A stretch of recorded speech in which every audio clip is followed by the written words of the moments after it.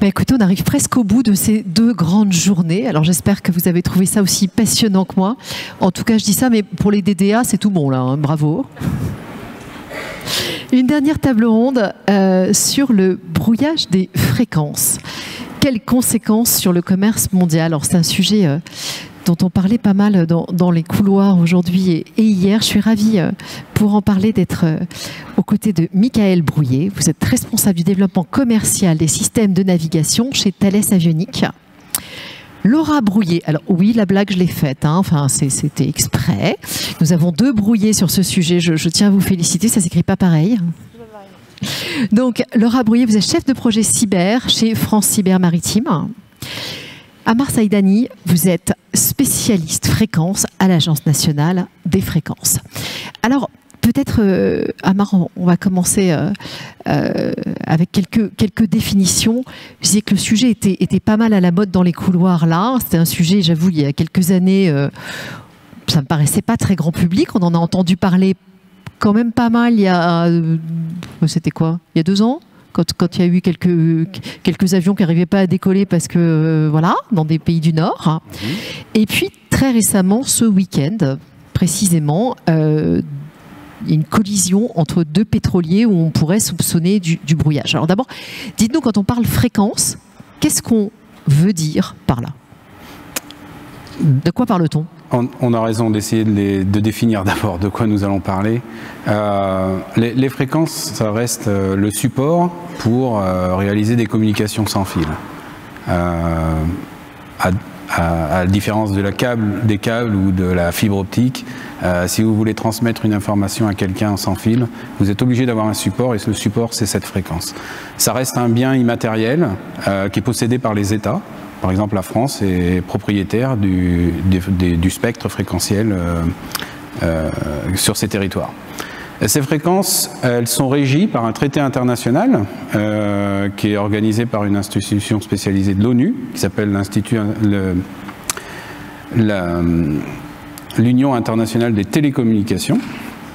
Et on trouve des fréquences pour différentes applications. Vous allez en trouver pour diffuser de la télévision, pour de la radio, pour votre téléphone portable, pour les fréquences mobiles, pour du radar, pour des applications scientifiques, qu'elles soient satellitaires ou au sol.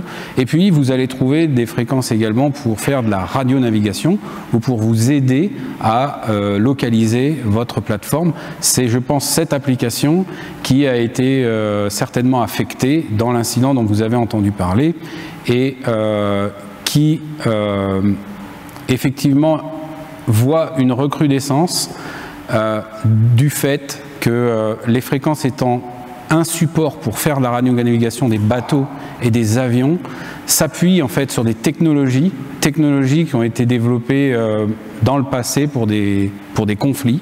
Par exemple, le GPS avait été développé pour guider des armes et comme il est désormais utilisé pour des applications civiles, eh bien, quand on veut empêcher le GPS de fonctionner, en tout cas pour contrer des armes, on affecte aussi les autres applications, mais pas de façon volontaire. Ce sont des effets collatéraux, et ce qui a été certainement observé, ce sont les effets collatéraux à proximité des conflits, ou en tout cas de la situation politique qu'on vit en ce moment. Michael, qu'est-ce qui peut arriver à toutes ces fréquences? Alors, il y a 2 phénomènes. Donc, quand on parle de radionavigation, on parle de GPS ou de GNSS en globalité, quelle que soit la constellation, GPS, Galileo, Beidou ou GLONASS. Et en fait, on a 2 phénomènes possibles qui affectent la radionavigation, soit le brouillage des fréquences, c'est-à-dire que là, on ne reçoit plus aucun signal. Donc, d'un point de vue applicatif et opérationnel, la position GPS n'est plus présente sur vos systèmes. Et puis, on a le leurrage du GPS ou du GNSS. Là, c'est beaucoup plus compliqué parce que finalement on vient émettre une position fausse dans un signal vrai, c'est-à-dire que l'utilisateur ne voit pas qu'il est sur une fausse position. Il a une position et on a l'habitude de faire confiance à ces systèmes électroniques, donc en fait il va suivre cette position qui est fausse et donc c'est là où on va avoir des risques comme vous l'avez évoqué de collision ou de phénomènes différents pour aller dans les eaux territoriales, etc. Donc il y a vraiment 2 phénomènes, le brouillage et le leurrage. Laura, c'est compliqué. Je fatigue. C'est compliqué de brouiller une fréquence. Est-ce que ça demande des gros moyens, des gros systèmes ou aujourd'hui Non, alors je parlais sous le contrôle de la marque quand même. C'est assez simple et peu coûteux de brouiller des fréquences GNSS sur un périmètre assez vaste. C'est ce qu'on peut voir avec des groupes terroristes, par exemple, qui veulent empêcher des attaques militaires chez eux. Par exemple, on parle souvent des Houthis au niveau du Yémen, des points stratégiques tendus au niveau géopolitique, où ces groupes s'arment en fait de solutions simples, basiques, assez peu coûteuses pour se protéger, et ça implique des risques sur le commerce international. On trouve ça sur Amazon ou quand même pas? On peut, oui. Oui, ça coûte à peu près une dizaine de dollars et vous branchez ça sur votre allume-cigare et vous avez 1 watt ou 10 watts de brouillage qui fait une zone de 15 à 20 km. Donc on peut se le procurer très très facilement et ça coûte rien. Alors, on a vu déjà un premier exemple avec la collision là, du week-end. Est-ce qu'il y a d'autres exemples, peut-être même dans d'autres domaines que vous pourriez nous donner? Oui, j'ai d'ailleurs prévu en fait 2 illustrations juste pour montrer des cas réels qui se sont produits assez récemment. Laissez-moi en fait vous narrer ce qui s'est produit l'an dernier. Pour la première fois, la France subissait en fait des brouillages de ses propres satellites de diffusion de la télé. Ce sont des choses pour la première fois de la part de la Russie. Ce sont des choses auxquelles nous étions habitués de la part des pays comme l'Iran, qui, il y a plus d'une quinzaine d'années, faisait ça.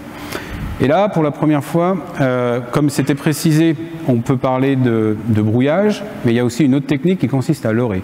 Et donc, ce que vous avez à l'écran, je vous ai juste reproduit 2 images. C'est une chaîne néerlandaise, à droite, que vous voyez, c'est Baby TV.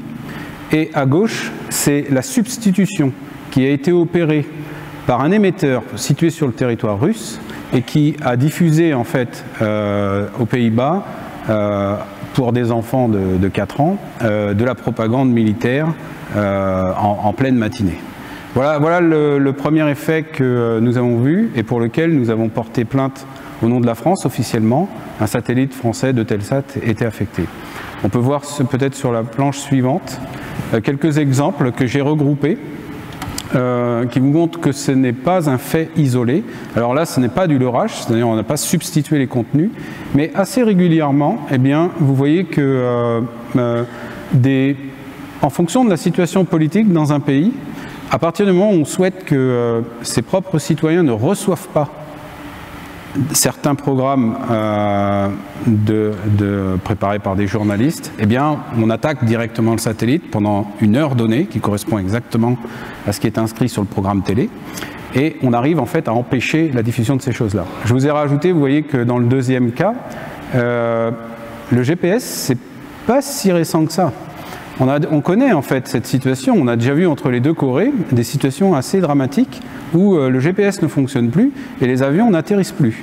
Les avions sont obligés de tourner, d'éviter la zone dans des situations un peu particulières. Donc, juste pour vous dire, ensuite, je vous ai remis ces exemples qui se sont produits l'an dernier et qui continuent. Nous continuons à avoir une discussion avec l'administration russe pour essayer de résoudre ce problème. Tout cela pour vous dire que les brouillages principaux en fait, que nous rencontrons sont plutôt des brouillages liés aux situations politiques et à la tentative d'empêcher quelqu'un de diffuser quelque chose. Les brouillages qui sont liés à la réception du GPS ou la localisation sont le plus souvent des effets collatéraux. Je n'ai pas rencontré de brouillage réel dans lesquels on vise effectivement un bateau ou on vise un avion. Souvent, on vise un drone et malheureusement, derrière le drone, il y a un bateau ou un avion. Voilà quelques exemples, mais les exemples que vous avez là sont des exemples qui ont donné lieu à des suites suivant le droit international. Laura, peut-être un complément. Je crois que vous aviez aussi quelques images. Et oui, tout à fait. Alors ça, c'était... C'est les tiennes. Plus loin. Oui. Pardon, alors, je vais... Hop. Donc ça, ce sont les zones de brouillage, mais à partir de données aériennes. Donc ce sont des données qui sont agrégées quotidiennement et où les avions précisent qu'ils ont une perte de leur signal GNSS. Donc quand on survole le Japon, c'est plus la peine. C'est ça, c'est des zones assez... alors, des fois, c'est parce qu'il y a des exercices militaires au sein de la nation. Par exemple, ça peut être le cas pour le Japon, ça peut être le cas en France. Parfois, les autorités sont prévenues. Mais on voit bien que ça se superpose avec les conflits actuels ou les zones géopolitiques tendues. On a bien mer Rouge, mer Noire, la Baltique. Donc après, ce sont des zones où les navires vont passer et perdre leur signal, mais comme le disait Amar, ils ne sont pas visés en propre. Simplement parce qu'ils passent par exemple par Suez, ils s'engagent dans Suez et à ce moment-là, ils vont perdre leur réseau. Cécile, si vous revenez 2 planches avant, je vais... Pardon, c'est comme ça, je vais revenir. Voilà. Oui. Je ne sais pas si vous le voyez bien. On voit le rouge. Je ne dis pas qu'on voit préciser dans chaque point, mais on voit des zones un peu rouges quand même. Je vais pouvoir le dire. Je vais juste vous dire d'où vient en fait cette carte. Dans le domaine des fréquences, l'Agence nationale des fréquences, elle représente la France dans toutes les négociations internationales. Et si vous savez ce que sont les COP, eh bien nous avons une COP en fait des fréquences tous les 4 ans. La dernière a eu lieu à Dubaï en 2023 et s'est invité un sujet qui n'était pas prévu à l'agenda, c'est celui des brouillages justement du GPS. Et cette carte est la carte qui a été produite par le directeur du bureau des radiocommunications, indiquant non pas des brouillages, mais beaucoup d'endroits dans le monde où à chaque point rouge, c'est un GPS non disponible et qui a été reporté. Alors ce que vous pouvez constater, et vous allez comprendre comment dans une enceinte où vous êtes avec 180 pays, la discussion peut devenir compliquée, certes, vous voyez une tache rouge importante à ces endroits qu'on connaît bien et où nous savons en tant qu'Européens quelle est la nature des conflits qui se déroulent à ces endroits-là. Mais vous, regardez les Amériques. Et moi, c'est ce qui m'a le plus surpris, et c'est ça les discussions que j'ai pu avoir avec des collègues chinois ou russes, vous remarquez qu'il y en a quand même beaucoup. Et c'est pour ça que cela nous inquiète, c'est que les conflits ne sont pas la seule raison de voir apparaître. Il y a des raisons communes à la plupart des États du monde entier qui entraînent une indisponibilité du GPS, que ce soit pour du leurrage ou du brouillage. En général, nous ne savons pas. Mais cela étant, dans ces instances internationales, nous avons pris le problème très au sérieux. Et en 2023, nous avons décidé de produire une résolution pour que chacun s'engage à améliorer la situation, ou en tout cas à collaborer en ce sens. C'est la façon dont nous avons positivement posé la nécessité de juguler le problème, les belligérants compris. Pour illustrer ton propos sur les US, il y a un cas qui est répertorié en 2010, qui est très intéressant, où sur l'aéroport à côté de New York, tous les vendredis, il y avait un problème avec l'atterrissage GPS. Et en fait, après investigation, ils se sont rendus compte que c'était un chauffeur qui rentrait chez lui et qu'un brouilleur pour ne pas être tracé. Et donc, effectivement, au-delà des belligérants, il y a pas mal de cas qui sont répertoriés sur du non intentionnel, mais qui peuvent avoir des conséquences majeures, soit sur le trafic maritime, soit sur le trafic aérien. Si je mets les pieds dans le plat, aujourd'hui, le commerce international est déjà affecté? Tout à fait. On le voit à la fois sur les zones de conflit ou de tensions géopolitiques, où le trafic maritime... C'est peut-être pas à cause des fréquences que les bateaux vont pas au cœur des zones de conflit. Alors, ils sont pas aux zones de conflit, mais comme l'a dit Paul, le brouillage généralement, ou le leurrage, on ne maîtrise pas forcément toute son étendue.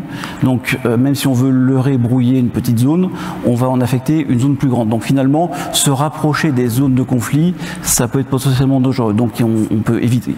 Dans ce cas-là, il vaut mieux éviter et prendre des routes alternatives dessus. On voit aussi qu'il y a eu quelques cas d'arraisonnement où il y a eu des leurrages de bateaux, c'est en 2019 je crois, où un bateau s'est fait leurrer pour rentrer dans les eaux iraniennes. Donc il y a quand même des risques, certes peut-être plus prononcé autour des zones de conflit, mais il y a vraiment des risques à la fois sur l'intégrité du bateau, mais aussi sur sa cargaison. Donc il y a certainement des choses à prendre en compte. Laura, en complément, je vous voyais... Oui, non, c'est tout à fait ça. Nous, on a vu certains de nos adhérents avec qui on travaille qui ont changé certaines de leurs routes commerciales. Plutôt que de repasser par Suez, on préférait faire le tour par le Cap de Bonne-Espérance, justement pour limiter les risques à la fois matériels, mais aussi sur l'équipage. Parce qu'on avait vu qu'il y avait des cas de piraterie, avec des cas de prise d'otages, où la Marine nationale devait accompagner certains porte-conteneurs ou autres pour les faire traverser de manière sécurisée certaines zones tendues.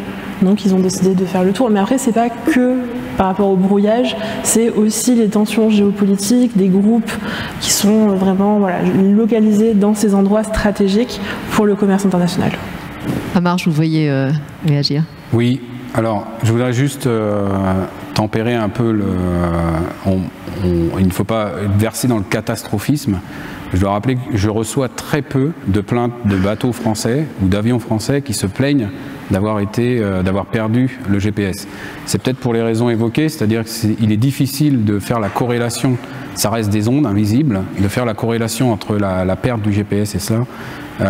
Il n'en reste pas moins que ce sont des moyens de transport qui bénéficient d'alternatives à la navigation. Toute la dépendance au GPS reste quelque chose à mesurer, à mieux exprimer. Je le dis ici, ça n'est pas parce que je ne reçois rien qu'il ne se passe rien. Mais bien souvent, il y a à rentrer dans un cercle plus vertueux. La France est un pays connu pour défendre ses intérêts. Et en la matière, il est très important, à partir du moment où on subit ce type de brouillage, même si on passe à côté d'une zone de conflit, d'activer immédiatement nos voies diplomatiques qui nous permettent, le cas échéant, et je peux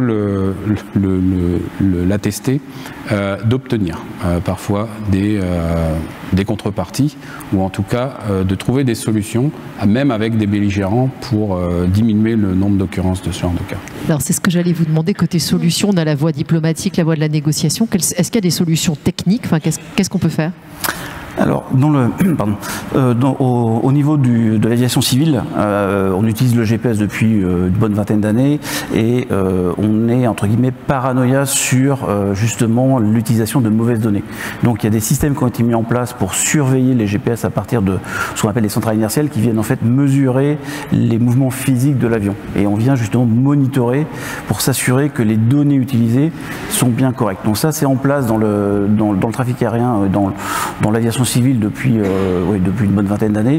Et en fait, on a dérivé ces solutions en service sur l'aviation civile pour la marine marchande. C'est-à-dire qu'on sait porter ces systèmes-là sur les bateaux et en fait, on vient juste plugger un système additionnel qui vient vraiment faire vérifier qu'on n'est pas leurré, donc on arrive à détecter le leurrage. Mais une fois qu'on a détecté le leurrage, c'est bien, mais il faut pouvoir poursuivre la mission. Donc là, on vient proposer des solutions qui viennent justement réinitialiser le système sur une position qui est considérée comme étant safe et intègre. Donc c'est des solutions qui existent. Il y en a d'autres solutions. Nous on est parti sur cette solution puisque c'est une solution qui est entre guillemets qui est inviolable puisqu'on vient faire de la physique. On vient mesurer réellement le mouvement physique du bateau. Ça coûte cher? Non. Vis-à-vis du risque et vis-à-vis du bateau, franchement c'est pas cher. Laura, quel conseil vous pourriez donner à tous les navigateurs du dimanche et du long cours qu'on a dans la salle? Alors dimanche, j'espère que vous n'allez pas en mer Rouge ou en mer Baltique, déjà ça devrait être pas mal, éviter ces zones. Non, je vais citer un de mes collègues qui adore cette phrase, c'est « on n'a pas attendu le GPS pour naviguer ». Donc nos commandants de marine marchande, l'équipage de marine marchande est formé pour pouvoir naviguer sans forcément avoir l'outil GPS ou autre, l'outil GNSS. Ils peuvent se repérer par d'autres moyens, par les cartes, les sextants, gyroscopes, etc. Donc il y a cette solution-là, il faut juste les sensibiliser en leur disant attention, il y a des zones qui sont tendues, vous pouvez potentiellement perdre le GPS, donc les communications, c'est normal, une fois passé ça sera bon. Simplement voilà, les sensibiliser, leur rappeler que le GPS c'est pas tout, c'est pas la solution ultime. Il faut quand même aussi des fois prendre en compte ce que propose l'outil et le remettre en question et le remettre dans l'environnement où ils sont. Amar, un conseil aussi? De mon côté, donc j'aurais des conseils de deux types. Le premier, c'est que, vous devez le savoir, la France, c'est le pays qui représente la constellation Galiléo dans le monde. Les satellites sont toujours représentés par un pays qui en est responsable. Et moi, mon premier conseil, c'est Galiléo. Les gens qui nous ont précédés ont conçu cette constellation pour pouvoir l'utiliser quand on a besoin de se passer du système GPS. De ce point de vue, je pense que les communautés maritimes et aéronautiques ont tout intérêt à exiger et à renforcer leurs demandes auprès de l'Union européenne d'avoir un système qui soit le plus abouti possible et qui mette en œuvre toutes les techniques différenciatrices dont ils disposent, qui permettront de s'affranchir du leurrage et d'améliorer la résistance au brouillage. Ça reste un système maintenant déployé, prêt à fonctionner, et je pense que les communautés utilisatrices européennes auront tout intérêt à renforcer leurs demandes sur ce point. Le deuxième, il serait plutôt d'ordre administratif, mais essentiellement de bien faire comprendre que pour diminuer le risque, je pense qu'on a toujours besoin d'essayer de frapper assez fort en disant que ce n'est pas parce que l'on subit des incidents de ce type-là que l'on doit se taire. Comme nous sommes français, nous devons parler, nous devons porter cette voix, et cette voix, elle a souvent, dans des négociations, du poids. Et c'est pour ça, si vous voulez bien passer à la dernière planche, je souhaitais en fait informer l'auditoire que... Alors, la NFR a travaillé depuis pas mal d'années sur la problématique liée au brouillage du GPS, et ma collègue Catherine Gabet, qui est directrice adjointe du contrôle du spectre, a produit en 2022 un guide à destination de la communauté maritime pour produire des recommandations dont la principale pour moi est surtout de s'assurer que la documentation à bord du navire est correcte, que la réception du GPS est déclarée dans la documentation à bord, et quand on subit ce type de cas, c'est d'informer pour que nous puissions en fait les utiliser dans des processus diplomatiques et légaux qui nous permettent de mettre la pression sur d'autres pays. Comme je vous l'ai dit, nous négocions dans des COP tous les 4 ans. Tous les pays ont des choses à négocier. On écrit à Catherine en direct? Oui, par exemple. Prenez note. Oui, tout à fait, en direct. Mais voilà, comme tous les pays ont quelque chose à négocier, même les belligérants, tous les 4 ans, il y a matière à discussion sur même pour des cas comme ça. Ce que je veux dire, c'est qu'il n'y a pas de fatalité. La seule chose qui est particulière à la réception du GPS, c'est que bien souvent, elle est assez peu déclarée. Quelque chose qui n'est pas déclaré est considéré comme inconnu par nos collègues russes, et ce qui est inconnu n'est pas brouillé. Voilà. Comme c'est la fin, si on prend 2 minutes de retard, on peut, je ne vais pas me faire gronder trop. Est-ce qu'il y a une ou deux questions sur cette... Oui, monsieur, alors... On y est presque. Il y a un micro là, mademoiselle, si vous voulez bien, et j'ai vu une main qui se levait à 5 rangs du bout. Ouais. Beaucoup plus loin, si vous pouvez relever la main, monsieur. Voilà, super. Hi, good afternoon. Bonjour, je m'appelle Nacho de United Loss Adjusters.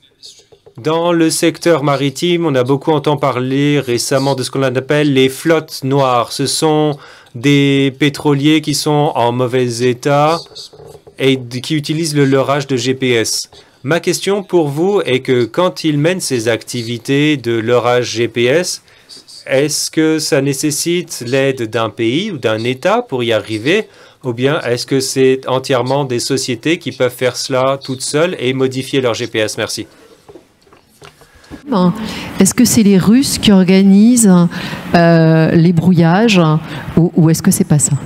Pas forcément les Russes qui sont derrière. C'est une double traduction, hein, je reconnais, vous avez le droit de corriger ma traduction. C'est un résumé traduction. En fait, les techniques modernes maintenant de spoofing ou de leurrage sont réellement simples à mettre en œuvre. On trouve tout sur Internet pour les mettre en œuvre, et on a vu dans les 5-6 dernières années les techniques de leurrage de plus en plus sophistiquées. Et donc c'est à la portée, entre guillemets, de tout le monde, entre guillemets bien entendu, qui veut faire un peu de malveillance. Donc effectivement, ça peut être soit des compagnies qui n'ont pas envie, soit de l'étatique. Mais en tout cas, la technologie est disponible pour que des industriels, des non-étatiques puissent faire du leurrage. C'est pas nécessairement un gros service secret. Non, c'est très simple. Non, c'est assez simple. Et là où la question peut intéresser l'auditoire et nos collègues travaillant dans les assurances, c'est à qui la faute? C'est cette flotte, on va dire, non identifiée, ou en tout cas qu'on soupçonne être pilotée par un État, eh bien, j'ai envie de dire, c'est la même chose que ce que je vous disais tout à l'heure.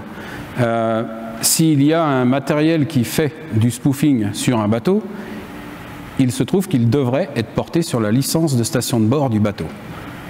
Il est clair qu'il ne sera pas dessus. Par contre, l'État pavillon de ce bateau doit bien comprendre, que s'il accepte ça, on doit lui faire subir des conséquences. La seule chose, c'est que je ne connais aucune affaire où quelqu'un ait porté plainte officiellement au niveau international pour du leurrage ou du brouillage de GPS. Pour des raisons qui sont très techniques, c'est extrêmement difficile à faire et aujourd'hui ça n'a pas eu lieu. Si cela n'a pas lieu, nous ne pouvons pas mettre la pression sur ces navires-là. Mais l'État pavillon ne doit pas se dédouaner de sa responsabilité et nous devons être inflexibles et intransigeants pour ceux qui pénètrent dans les eaux européennes. Une toute dernière question. Pardon. Frédéric, dans le coin, je vous voyais pas. Oui, bonjour, Frédéric Denef du Garex.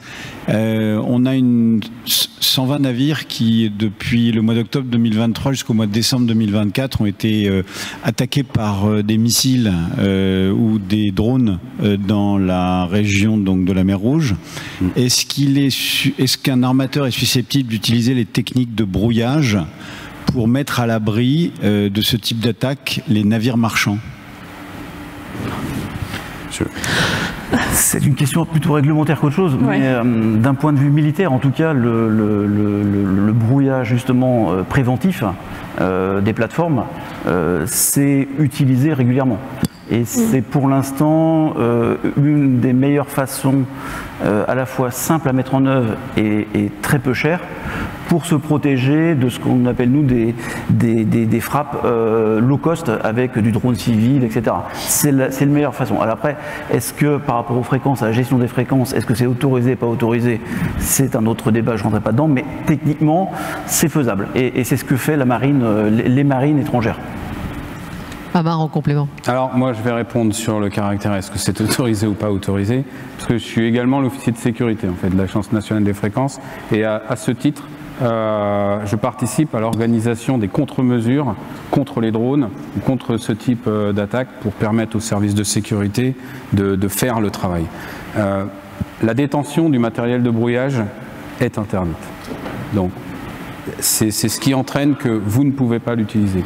Par ailleurs, ces matériels de brouillage, en tout cas sur des navires français ou sur le territoire français, sont considérés comme des armes de catégorie A2, ce sont les armes de guerre. Donc de ce point de vue, vous ne pouvez pas vous faire justice vous-même. Je comprends en fait la difficulté. Les seules entités qui sont autorisées à utiliser ces armes, ou en tout cas avoir recours à la force en France, sont des forces de sécurité. La question de la protection des opérateurs d'infrastructures vitales, des services critiques, elle est à discuter. Je pense que c'est le cas aujourd'hui. Le secrétariat général à la Défense et à la Sécurité nationale a ce dialogue. De façon générale, la détention d'une arme de guerre par une société privée, ça reste un concept encore à revoir. Ce que je connais, c'est ce qui est mis en œuvre par l'État français pour essayer d'engager la protection sur ces zones, mais embarquer une arme de ce type-là sur un navire, aujourd'hui, ça n'est pas autorisé. La transition est dure, là, ça a cassé l'ambiance. Cadeau. On arrive au bout non seulement de notre table ronde, mais de ces 2 jours, ou presque après. Bon, on va clôturer ensuite, mais si je vous demande de prendre un peu de hauteur, et qu'est-ce qu'on doit retenir aujourd'hui ? Quand on regarde où où sont les principaux événements liés à l'interaction avec le spectre de fréquence, hein, que ce soit de la radionavigation, de la télé, etc. C'est principalement dans les zones de conflit. Conflit géopolitique. Et puis, pourquoi? Parce que d'une part, on est tellement dépendant au GPS, à la communication, etc., que ça devient vraiment un moyen d'influencer, d'interagir avec soit l'ennemi. Donc, ces zones de conflit, malheureusement, on le voit, le monde est vraiment instable géopolitiquement. Et ce qui va se passer, c'est que là où les zones de conflit vont arriver, on va voir une recrudescence de ce type de phénomène sur l'ensemble des fréquences, que ce soit radionavigation, télévision, communication. Et il va falloir vivre avec ou s'habituer à vivre sans et trouver les moyens pour contourner cette indisponibilité de fréquence. Je veux dire à mes ados qu'ils n'auront pas toujours la 4G. Ça va être violent. Il va falloir qu'ils reviennent à la carte papier. Laura, un mot de clôture. Non, simplement de garder en tête qu'il y a des solutions qui existent, soit des solutions techniques, des nouvelles constellations qui arrivent au niveau européen, et de continuer à sensibiliser le personnel que le risque existe, il faut le comprendre, et il faut qu'on arrive à le réduire avec ces solutions. De mon côté, l'Union européenne s'est engagée à avoir des moyens souverains. Je pense qu'il est temps en fait de se souvenir que ces moyens, il est temps de les utiliser. Tant qu'on fait de la radionavigation avec un système qui avait été développé pour guider des missiles et qu'on veut l'utiliser dans une version pacifique sur avions et les navires, on sera toujours en fait pris entre le marteau et l'enclume pour ce genre de situation. Ça n'empêche que moi je crois à l'utilisation des instances internationales comme je vous l'ai dit, en faisant pression parce que tout le monde a des choses à négocier à un moment ou à un autre. L'usage des fréquences, il est tellement dense aujourd'hui, et je confirme ce que vous avez dit, il va falloir s'habituer à ce que de temps en temps, ça ne marche pas. C'est possible. Mais c'est comme ça que les choses évoluent. Et encore une fois, il y a certes des situations critiques qui apparaissent, mais par rapport à la densité des usages que je vois tous les jours, le nombre reste relativement faible aujourd'hui. Merci beaucoup à tous les trois. Je pense qu'on peut les applaudir. Merci.